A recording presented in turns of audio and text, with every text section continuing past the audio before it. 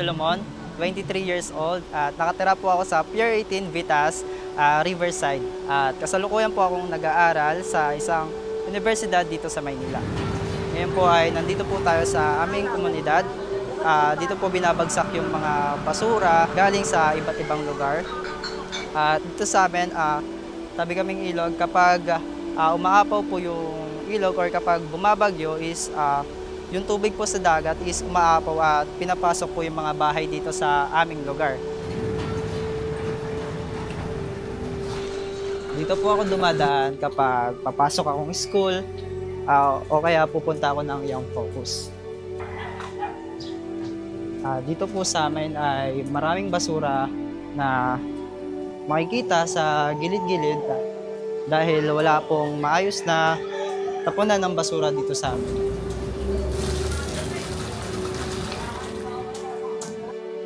Kaya nauso din po dito ang leptospirosis at maraming mga kabataan na nagkakasakit dahil makakita lamang sa mga gilid-gilid may mga patay na hayop. Ganito po kahirap yung pagsubok na kinakaharap ko araw-araw. Buwis buhay po talaga pag natawid ako papunta or paalis ng bahay namin.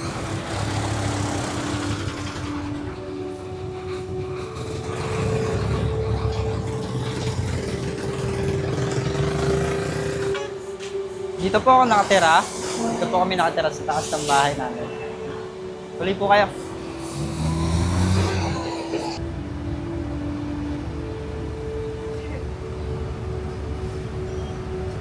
Welcome po sa aming bahay at ito po ang aking personal space.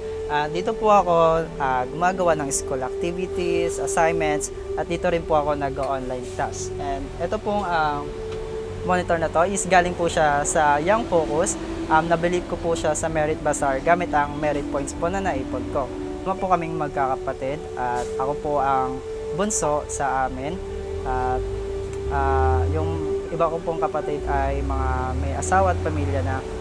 At si ate lang po ang nagpo-provide ng aming gastusin at pagkain namin at pambaon sa araw-araw. Pangarap ko pong maging isang IT engineer at gusto ko pong mag-work sa isang tech company kung saan mag-excel ako at pwede kong may share yung mga knowledge ko. Pangarap ko din na maiangat yung family ko sa hirap at gusto ko maalis sila sa ganitong komunidad. And gusto ko gigising yung family ko or si mama sa umaga na hindi na iisipin yung kung saan kami kukuha ng pangkain sa araw-araw.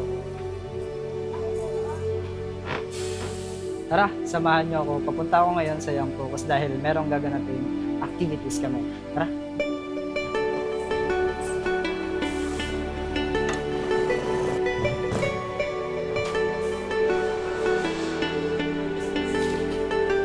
Student Support Program, tinutulungan ng mga mag-aaral mula kinder hanggang college sa pamamagitan ng pagbibigay sa kanila ng school supplies, uniform, sapatos, at tuition fee lalo na sa mga college students. Ako si Ram, one of the program managers and a former Young Focus beneficiary.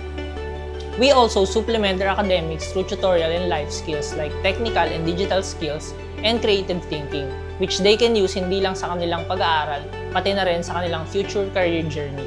Meron ding creative program na tinatawag na Nightlife kung saan mahuhulman nila ang kanilang mga talento na maaaring sumali ang mga estudyante sa mga clubs kagaya ng singing, dancing, art at marami pang iba. We also have social care program composed of teachers and social workers na nagkikater sa mga preschool kids, mga kabataan na may mga difficult cases at ganun din sa mga magulang ng mga beneficiaryo kung saan sila ay tinuturuan ng better parenting skills. Sa Career Development Program, kami ay nakikipag-partner sa mga companies upang bigyan ng mga estudyante ng employability skills workshop, workplace exposure trips, at internships as we bridge our students from education to their career paths. One time, meron akong kaibigan na sinama ako dito sa YF para mag-apply sa isang programa which is yung Love to Learn. Sa Love to Learn, sobrang saya ng experience ko dahil tinuturuan kami sa academics gaya ng mga math, Filipino, science, history. At dahil doon ay unti-unti bumalik sa ang kalooban ko sa pag-aaral. Love to Learn. Ito po ay para sa mga batang 7 years old pataas. Sila po ay binibigyan ng basic literacy kung saan natututunan nila ang pagbasa, pagbilang at pagsulat. Ako si Mark Martin Soriano, isang program coordinator sa Catch Up. Meron din po tayong alternative learning system para sa mga may edad 16 years old pataas kung saan binibigyan din po silang pagkakataon na makabalik sa high school. Ang mga makakapasa sa post-care makalipas ang 2 taon ay i-introduce namin sa Student Support Program sa DAIO kung saan may pagpapatuloy na kanilang pag-aaral hanggang sa kolehiyo. Marami na tayong pagsubok na ating hinarap sa nakaraan at ating nalampasan. Nandiyan ang pandemya, sunog.